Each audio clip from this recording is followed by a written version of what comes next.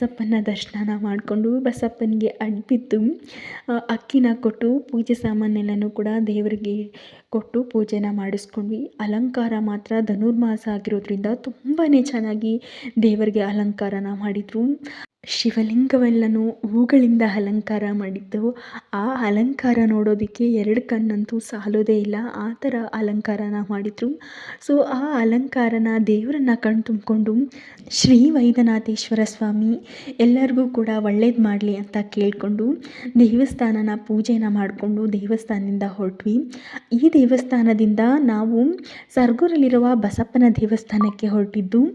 So ಬಸಪ್ಪನ ದೇವಸ್ಥಾನ ಇನ್ನೇನು 15 ದಿವಸದಲ್ಲಿ ಒಳ್ಳೆ ಜಾತ್ರೆ ನಡೆಯುತ್ತೆ. ಆ ಜಾತ್ರೆನ ನೋಡೋದಕ್ಕೆ ನಿಜವಾಗ್ಲೂ ಹೇಳ್ತೀನಿ ತುಂಬಾ ಅದ್ಭುತವಾಗಿರುತ್ತೆ.